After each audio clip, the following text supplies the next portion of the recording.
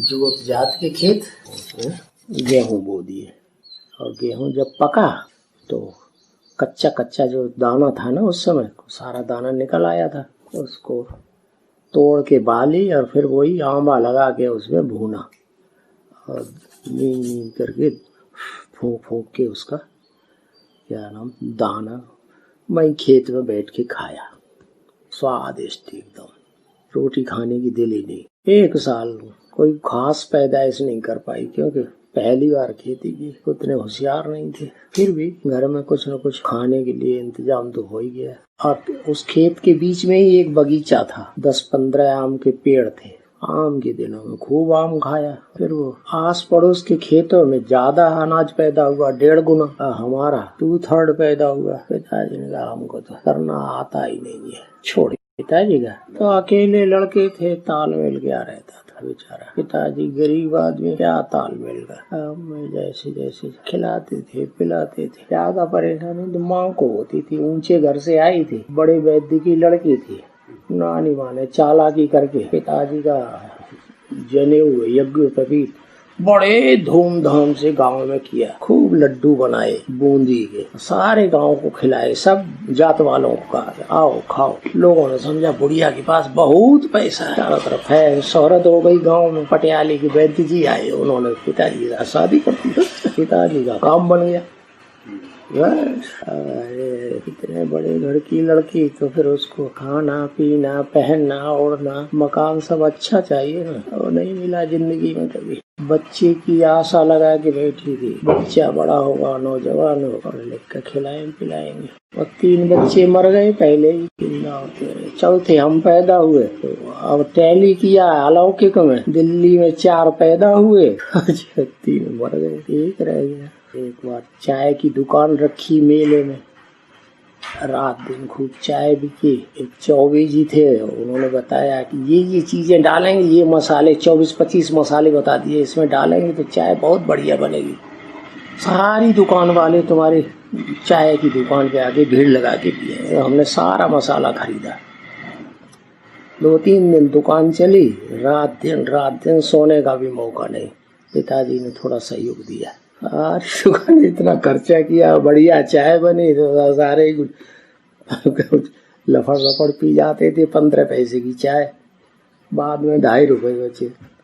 2.5 रुपए में से 1 रुपया माता जी को दिया, वो भी खोटा निकला। और माता जी चारों तरफ मोहल्ले में कहना जो एक कमाई करके लाया, मेरे को खोटा पैसा दे दिया। बोलिए क्या मानो,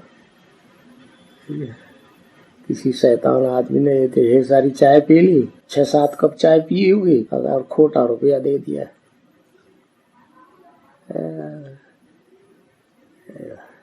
गंगा जी के घाट पे कार्तिक को मेला लगता है, वहाँ बहुत भारी मेला होता है। कंपिला मेला तीर्थ स्थान मानते हैं ना, तो वहाँ गंगा जी का प्रसाद बहुत चढ़ाया जाता है। प्रसाद क्या होता है? वही चीनी का बना हुआ पेड़ा, वो बिकता है। हलवाई लोग चीनी का पेड़ा खूब बनाते हैं, इकट्ठा थाल भर भर के दे देते हैं, हाथ पे रख करके बेचते हैं ना। तो हमने भी लिया, 1 थाल भर के पेड़ा लिया, सारा दिन बेचा, शाम को 1 पैसा भी फायदा नहीं हुआ। फायदा नहीं हुआ, घाटा भी नहीं हुआ। पता नहीं ज्यादा तौल दिया क्या हुआ।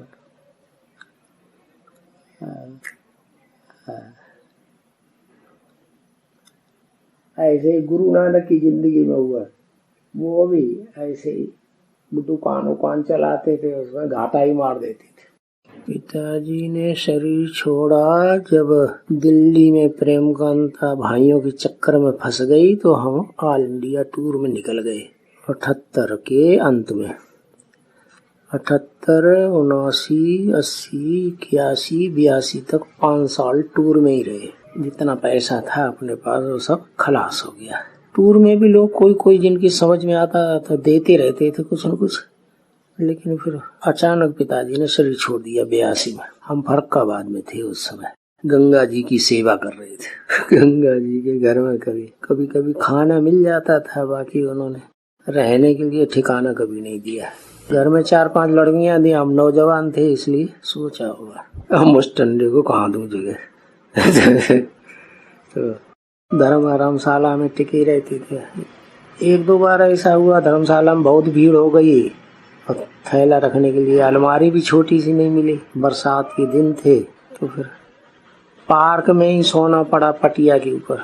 पटिया पड़ी रहती है चिल्ली। रात में बरसात हुई, प्लास्टिक ओढ़ के छो गए। 1 दिन सोए, 2 दिन सोए और बरसात रोज हो रही। खींच आ गई। सवेरे को उठ करके गंगा जी पर लेटरिन बाथरूम नहाने के लिए जाते थे। परेशान हो गए, बाबा से कहने लगे, बाबा कहाँ ये ऐसा ज्ञान दिया कि इसमें भटकना पड़ रहा है। उसी दिन एक लड़का जिसको प्राइमरी स्कूल में 3 साल पढ़ाया था, कक्षा 1 से 3 तक, वो आया गंगा जी में, मिला और उसने बताया, बाई चांस मिल गया, कि आपके पिताजी तो बहुत बीमार, हो सकता है वो शरीर छूट गए, उनको कैंसर हुआ है। नहीं, हाँ कैंसर नहीं, क्या कहते हैं, नहीं कैंसर नहीं, वो शुगर। तो हमने कहा कि अब 1-2 दिन की और सेवा रह गई है, वो करके हम 2 दिन के बाद आएंगे। 2 दिन बाद पहुंचे तो शरीर छोड़ दिया।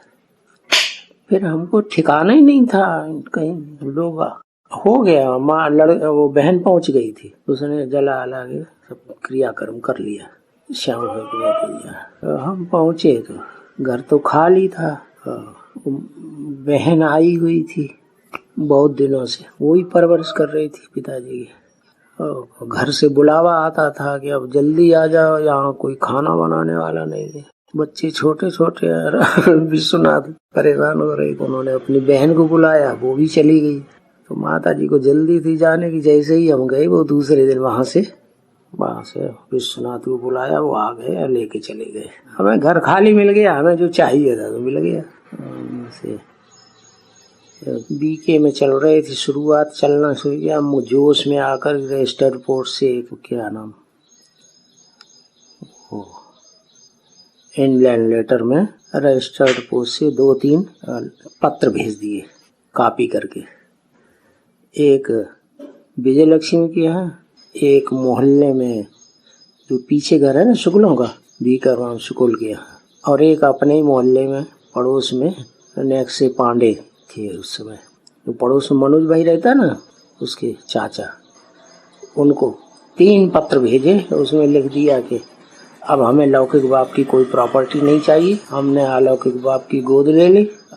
आप बहनों को बताया, आप संभालिए मकान को या जो कुछ भी बाबा के पास बैंक बैलेंस हो, हमें कुछ नहीं चाहिए। अब पहुंचे तो फिर इन लोगों ने अपनी मीटिंग की, विश्वनाथ वगैरह ने, भाइयों ने। उन्होंने कहा कि हम अपनी बहन का कोई हिस्सा नहीं ले रहे हैं शादी करने के बाद, तो हम दूसरे की बहन का हिस्सा क्यों लेंगे।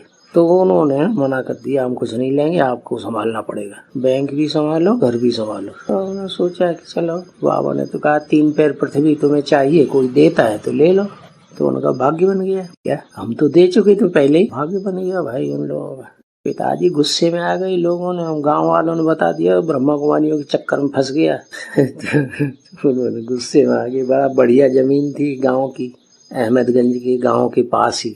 उसमें 8-10 पेड़ भी थे आम के, छोटे छोटे, और क्या नाम, फल आना शुरू हुआ था, और 100 शीशम के पेड़ खड़े थे किनारे किनारे खेत के। इतने इतने मोटे थे उस समय। बाद में उस समय जब हम थे गांव में, तब ब्रह्मा कुमारियों में जाने से पहले 68-69 में 3 कोस माने 10 किलोमीटर। कायमगंज भी 10 किलोमीटर, कायमगंज के पास में पड़ता है। कायमगंज और अहमदगंज के बीच में एक बूढ़ी गंगा पड़ती है। बूढ़ी गंगा को क्रॉस करके कायमगंज की पहाड़ियों पर कायमगंज बसा हुआ है। क्या होगा फिर तो बस कम वही जमीन जो खरीदी हुई थी, वही रामेश्वर नाथ के पास, वो बेच दिया 900 रुपए में। 500 रुपए में खरीदी थी। कुछ उसमें खेत पैदा कर नहीं पाए, पिताजी ने उसमें गधे वालों को 250 रुपया और दे दिया, तो 500 की जगह 750 की हो गई। तो मिट्टी इधर से उधर, उधर से उधर खेत बराबर करने के लिए मेहनत की, वो भी कम से कम 500 रुपए की मेहनत तो हो ही गई होगी दोनों बाप बेटे की। तो 1500 का खेत पड़ा, 900 में बिका तो बेच दिया उन्होंने। गांव वालों को जरूरत थी, बार बार आते थे कि हमें हमारा मकान गंगा जी के पानी में डूब गया, अब आपका खेत तो खाली ही पड़ा रहता है, हमें दे दो तो हम गांव बसा लेंगे उसमें। तो चिनगटपुर वो गांव वाले बस गए। पिताजी को भी गुस्सा आ गया। महंत जी ने एक बार उनकी ऊंची ऊंची खाई थी ना खेत की, रामेश्वरनाथ जी के मंदिर की, तो वो मिट्टी खिसक के हमारे खेत में आती थी, माने खाई चौड़ी हो रही थी। तो पिताजी ने उस मिट्टी को काट करके अपने खेत में मिला लिया, जो चौड़ी हो रही थी उनकी। मेड़ को बनाते हैं ना ऊंचा ऊंचा कर, उनका हम अपने हिस्से की मिट्टी काट करके खेत अपना 5 बीघा पूरा कर लेते। तो महंत जी आए गुस्से घर में, उन्होंने फावड़ा बड़ा सारा छीन करके और ले गए। यहाँ बिल्कुल इस खाई पे पाँव नहीं रखना। अब पिताजी को गुस्सा आया तो घर में बैठ गए। अब निकले ही नहीं बाहर, खेत भी नहीं देखना। 4-5 दिन के बाद महंत जी कोई औरत की चक्कर में फंस गए और औरत ने उनको गंदा कर दिया। अब वो बात चारों तरफ लोगों को पता चल गई। औरत ने भी ढोल पीटना शुरू कर दिया, ऐसा करता है वैसा करता है। महंत जी वहां से निकल के भाग गए, लोग सोटा लोटा लेकर। ऐसे पिताजी थे तपस्वी। आए होंगे 82 में शरीर छोड़ा है, तो 82 के बाद कितने साल हो गए? 18 वो और 20 ये, 18 और 20 30 38 साल के हुए हो। माँ ने तो 65 में ही शरीर छोड़ दिया था। ये भी कहानी बड़ी विचित्र है उनको है। हाँ, मम्मा ने भी 65 में शरीर छोड़ा। तो उनको फिट आता था माता जी को, टीबी की बीमारी हो गई, वो ठीक हो गई, लेकिन एलोपैथी की दवाइयां खा करके ये बीमारी शुरू हो गई फिट आने की। तो फिट चारपाई से उठ करके भागने लगती। हम लोग घर में रहते थे, ठीक है, कंट्रोल कर लेते थे। एक बार वो क्या नाम, रात में वो रामलीला का ड्रामा चल रहा था। कोई बाहर से मंडली आई हुई थी, वो दिखा रही। मोहल्ले के सब अम्मा औरतें गई और बहन भी चली गई। पिताजी भी उसी की देखभाल में चले गए। और हम तो स्कूल में थे, प्राइमरी स्कूल में पढ़ाते थे, वहीं बीए का इम्तिहान दे रहे थे प्राइवेटली। कंपिल में नहीं रहते, स्कूल में थे, एग्जाम देने के लिए फरक्काबाद जाना पड़ता था। तो वो रामलीला के दिन अक्टूबर के दिन चल रहे थे, हम स्कूल में थे, माता जी अकेली रह गई। उनको आया होगा फिट, दरवाजा खोल करके बाहर जो छत थी दुकान की उसके ऊपर से दौड़ी होंगी, गिर पड़ी, टांग में चोट आ गई। गिरते ही पता नहीं उन्होंने तड़प के शरीर छोड़ दिया होगा। सामने वाले गजेंद्र चौबे हैं, वो ड्रामा देख करके सवेरे ही, ड्रामा देख के नहीं, अधूरा ही छोड़ करके अपने खेत की रखवाली करने के लिए, देखने के लिए आए होंगे। और रास्ते में आए थे, देखा माता जी नीचे पड़ी गई जमीन में, वो गली में। तो उन्होंने उनको उठा के दरवाजे पे चबूतरे पर रख दिया और दौड़ के गए, पिताजी को बताया। पिताजी हमको बुलाया खेत से, दोनों लोग आए तो एकदम शरीर छोड़ चुके हैं। ऐसे माता जी पिताजी की दोनों की कोई सेवा नहीं हो सकी। फिर क्या 82 से लेकर के डॉक्टर ओम प्रकाश का साथ मिल गया, उनको ज्ञान सुनाया तो उनकी समझ में पूरा बैठ गया। वो सुबह शाम आकर के मुरली सुनने लगे, जैसे जैसे क्लैरिफिकेशन सुनते जाते थे उनका नशा चढ़ गया। साल भर तक वो अकेले ही चलते रहे और उनके अकेले चलने से हमको फोर्स मिल गया। साल भर के बाद गांव के दूसरे लोग आने लगे, वो भी जुड़ गए। और जो कमरा था ना पुराना, इससे कम चौड़ा था लेकिन लंबा था ज्यादा, वो भरने लगा जिज्ञासुओं से। फिर हमारा फोर्स बढ़ गया। तब तक ये पुष्पा माता और कानपुर की गंगा की अम्मा, जनक माता, और वो कानपुर की वो क्या नाम, पद्मा माता, और बनारस की एक प्रिंसिपल माता थी इंटर कॉलेज की। उनको पता पड़ा कि वो वहाँ कंपिल में बैठ गए तो वो भी पार्टी बना के आ गई और पुष्पा माता इसको भी ले आई। कमला बढ़िया संगठन बन गया। 2-3 दिन क्लास हुआ उनका, गांव वाले भी बड़े रिफ्रेश हुए, खुश हुए। वो लोग वापस जाने के बाद रवीश को पता चला तो वो भी आया भट्टी करने के लिए। भट्टी करके गया और सीधा शांता के घर में पहुंचा। और शांता की पहले उसने डिस सर्विस की हुई थी फोन करके कि वीरेंद्र ने तो ऐसा किया, वैसा किया प्रेम कांता के साथ। यहाँ से संगठन तो सारा उखड़ गया। आप तो यहाँ आकर के उनसे खूब रिफ्रेश हुए थे और यहाँ आकर के कंपनी में आकर के हमको तो बहुत मजा आया। अभी उसने दोबारा जाकर के उनकी सर्विस की तो निकल पड़ी। पहले अकेली आई माँ को साथ लेके, दोबारा गई तो कर्नाटक की पार्टी ढेर सारी तैयार कर ली। एडवांस ज्ञान सुना के पूरी पार्टी आ गई। फिर शांता ने 2-4 महीने के अंदर ही ये 3 कन्याओं को यहाँ से आंध्रा से निकाल लिया। सूर्य प्रभा, कमला हैदराबाद की, गीता पुरानी युवराज की बहन कमला, पहले गीता नाम था, और अनुराधा। तीनों बहनें इकट्ठी होकर के अपनी अपनी माताओं को लेके पार्टी के साथ पहुंच गई। रिफ्रेश हुए, कोर्स कराया 7 दिन, तो जाते ही सरेंडर हो गई तीनों। और कौन था? कोई था ही नहीं। वो कभी कभी आती थी पुष्पा माता कमला को लेके, बड़ी मम्मी को लेके आती थी। 86 में शांता सरेंडर हुई, 84 में सरेंडर पत्र ये भी चल के लिख के चली गई। फिर बीच बीच में आती रहती थी, चली जाती थी। कोई बहन या माता थी नहीं तो फिर रख नहीं सकते थे कन्या को। पुष्पा माता की नौकरी थी, छोड़ नहीं। शांता आने के बाद माँ को मौका मिल गया रहने का। उनकी अम्मा भी डटी रही 1-2 महीने। पुष्पा माता और शांता की मम्मी दोनों ने सरेंडर पत्र लिखा। दोनों ने सुबह को लिखा और शाम को फाड़ के फेंक दिया। मैं नहीं ऐसा सरेंडर हो सकता। बाबा की हर बात को मानना है। फाड़ फोड़ के दूसरे दिन चली गई। शांता रह गई। पहले दोनों लोग बड़े प्यार से रहे, शांता और मम्मी। तब तक आंध्रा की ढेर सारी कन्याएं सरेंडर हो गई। उनमें ये बीएसपी की गंगा भी है, पुरानी बहनों में। कर्नाटक का एक कुमार सिद्धू भाई बीजापुर का, वो भी सरेंडर हो गया। बढ़िया। कंपिल का सियाराम, पुराना सियाराम था एक, खेती का काम छोड़ छाड़ के वो भी इधर ही बैठ गया। बाहर का कमरा दे दिया उसे रहने के लिए। तो चल पड़ा, पार्टियां आने लगी। अब तो बेल पौड़ गई, कहा करे कोई, कहाँ रखेंगे, जगह है। फिर क्या था, चल गई ट्रेन तो चल गई। 87, 88 में, 90 में 10 कन्याएं सरेंडर हो गई। 9 कन्याएं। माउंट आबू में आवाज पहुंच गई और वीर ने तो यहाँ से निकाल दिया। तो 9 कन्याएं सरेंडर कर ली। तो ब्रह्मा कुमारी में हड़ बम फैल गई, हड़कंप फैल गया। ये कैसा आदमी निकला, कैसा लड़का निकला, बिन फेरे हम तेरे बना ली 9 कन्याएं। कान खड़े होने लगे। मेहनत करके वहाँ विजय बिहार की जमीन खरीदवा ली। फिर बड़ी मम्मी की बुद्धि, दिल्ली में भागने लगी। इतनी बड़ी जमीन मिली, उसमें बिल्डिंग खड़ी करने के लिए, और ज्यादातर दिल्ली में ही रहने लगी। 93 में, फिर ये 92-93 में ये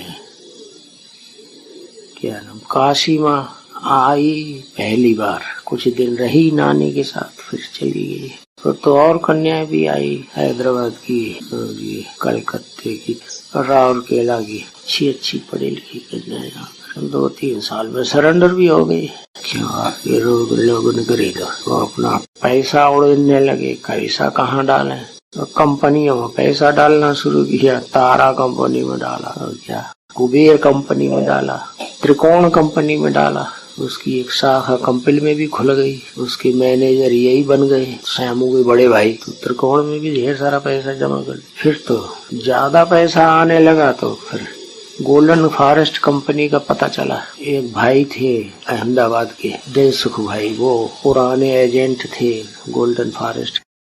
दिलसुख नहीं, दलसुख भाई।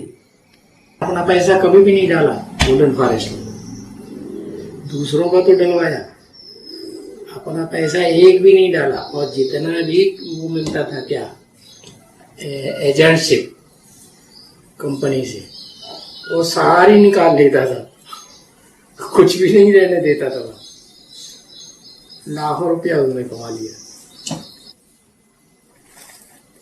उन्होंने बताया ऐसे ऐसे है, यहाँ बहुत ब्याज मिलता है और हर साल पैसा पेमेंट करते हैं बैंक में। बुद्धि उधर खिंच गई।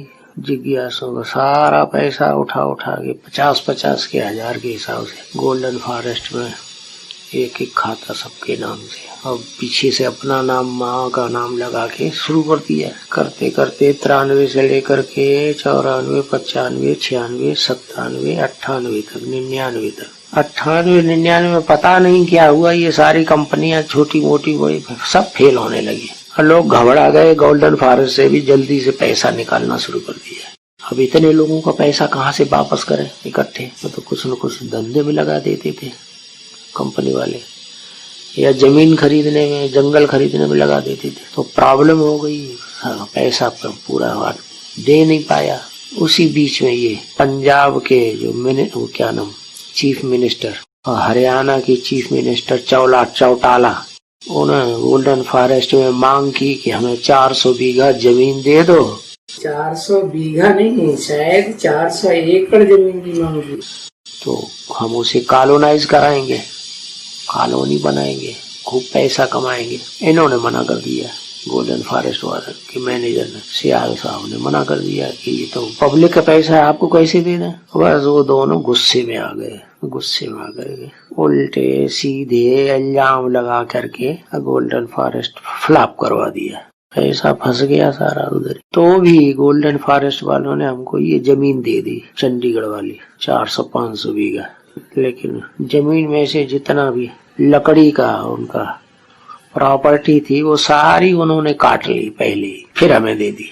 इस बात का हमको पता नहीं चला, दे दी, लेकिन उसको रजिस्ट्रेशन कराने के लिए हमारे पास पैसा ही नहीं था। तो ऐसे ही कागजों में लिख के दे दी। पावर ऑफ अटॉर्नी बनाई, वो भी जैसी बनाना चाहिए वैसी बनाई नहीं, ऐसी पावर ऑफ अटॉर्नी बना दी कि गोल्डन फॉरेस्ट की जमीन को ये बेचना खरीदना यहाँ शुरू करेंगे, और आपने पूरा नहीं सौंपी। तो कागज काम नहीं किया। पटवारी के पीछे पड़े कि हम इतने साल से यहाँ खेती कर रहे हैं, 7 साल हो गए, 6-7 साल, हमको जमीन का नोटिशन करके दो। AKF को, आध्यात्मिक कृषि फार्म को, आध्यात्मिक विद्यालय को, दिया ही नहीं नोटिशन।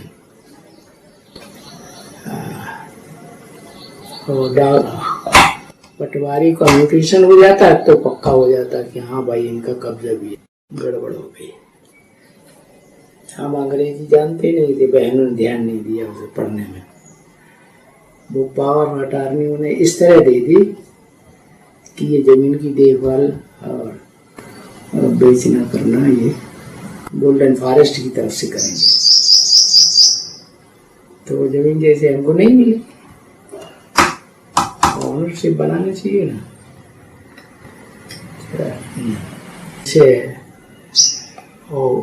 कोई कंपनी मैनेजर रखती है ना अपने, ऐसे उन्होंने मैनेजरशिप की तरीके से हमको पावर ऑफ अटॉर्नी दे दी कि हमारी कंपनी के मैनेजर है, जमीन को बेचना करना जो कुछ भी करना हो वो इनको अथॉरिटी है। और अंग्रेजी में हम जानते नहीं थे उतना, बहनों ने ध्यान नहीं दिया उसे पढ़ने है। इधर ब्रह्मा कुमारियों ने जब कंपनी के ऊपर फेल हो गई और ब्रह्मा कुमारियों ने हमारी शिकायत की, वहाँ जो वहाँ बैठाया गया था जज, कहाँ, चंडीगढ़ में, गोल्डन फॉरेस्ट की प्रॉपर्टी को पता लगाने के लिए कहाँ कहाँ फैली हुई है। ब्रह्मा कुमारी ने शिकायत की कि इनको भी जमीन दे दी है गोल्डन फॉरेस्ट वालों ने, वो कब्जा किए बैठे हैं, तो वो जमीन भी उसने ऑक्युपाई कर ली। अभी कह रहे हैं और सारी जमीन उन्होंने बेच दी, करोड़ों रुपए में बेच गवर्नमेंट। कोई किसान कह रहे हैं कि हमें बहुत कॉस्टली दी है, लेकिन DLC का पता लगाया तो बहुत कम है। DLC जानते हैं, गवर्नमेंट के ऑफिसरों ने खाया होगा आधा पैसा, सारा खा गए मिल बैठ। कितने बाग लगाए थे, शरीफे का बाग लगाया, सीताफल का। रामलू भाई पानी बाल्टी में ले जा करके भर के पौधों में लगाता था, ट्यूबवेल से पानी भर के ले जाता था, बाल्टी में पौधों में लगाता। 1 एकड़ में बढ़िया वाले आम लगाए, 1.5 साल में फल देने वाले। 2 एकड़ में चीकू लगाया, अंजीर का बाग बनाया, और तालाब था उसमें हर साल इतना ढेर सारा सिकाड़ा पैदा होता था, जिज्ञासु को खूब बांटते थे। जिज्ञासु लेने के लिए मना करते थे, हम नहीं इतना खा पाएंगे, बेचते थे नहीं, सूखने के लिए सुखाने के लिए जगह नहीं थी, ढेर सारा सिकाड़ा खराब होने लगा। अमरूद का बाग सब बेकार हो गया, उनके लगाए हुए किन्नू के बाग थे, उसमें परवरिश करना नहीं जानते थे, कटाई छटाई नहीं हुई तो वो सब ठंडे हो गए। अब आज सुप्रीम कोर्ट ने ले लिया। चंडीगढ़ के लोग कहते थे आप तो चंडीगढ़ में बड़े महाराजा बन गए, बहुत पैसे वाले, इतनी प्रॉपर्टी तो किसी के पास नहीं होगी। 500 बीघा जमीन चंडीगढ़ में, जहाँ खाली जमीन है ही नहीं बिल्कुल। जब वो खेत चला गया तो खूब पहाड़ के ऊपर चढ़ा दिया, जैसे ऊपर से गिरा दिया, संस्था तो चलती रही। जितनी खेती उधर चली गई उतनी खेती आबू में फिर तैयार हो गई। अब देखो क्या होता है, कौन सी पहाड़ की चोटी से गिराए जाते हैं, क्या किया जाता है। गिराए तो गए ही, कम से कम नॉन अवेलेबल वारंट निकल गया, तो ये भी तो गिराना ही हुआ। शास्त्रों में लिखा है प्रहलाद को, जो राक्षसों का बच्चा था, राक्षसों में पैदा हुआ था ना, तो उसके बाप ने पहाड़ पे चढ़ाया उसे और फिर नीचे गिराई दिया, फेंक दिया पहाड़ से नीचे। और विष्णु भगवान ने उसे हाथों में उठाई है, ऐसी कथा वाला है, क्या कहा महाराजा जैसा, और फिर नीचे गिरा दिया। लोगों की बुद्धि में तो आ गया कि बहुत ऊंचा आदमी बन गया ये, फिर नीचे गिरा दिया। नीचे गिरा दिया माने सारा गोल्डन फॉरेस्ट की संपत्ति सुप्रीम कोर्ट ने छीन ली ना, तो नीचे गिर गया ना। अब देखो क्या होता है आगे चल के ड्रामा में। उधर गोल्डन फॉरेस्ट का चक्कर चल गया, इधर ये दुनिया भर के केस लग गए फर्रुखाबाद में, कंपिल में, और उनमें लगातार पेशी होना शुरू हो गई। ऐसे होता है, up and down, down and up. आपका क्या होता है आगे चल के तो देखें। एक दिन में सैकड़ों लोगों की सर्विस होती थी। लोग 1 घंटे के अंदर, 2 घंटे के अंदर अनाउंसमेंट होता था एक शहर में, ढेर लोग इकट्ठे हो जाते थे। अब देखो सारी सर्विस बंद, अब क्या करें, चलो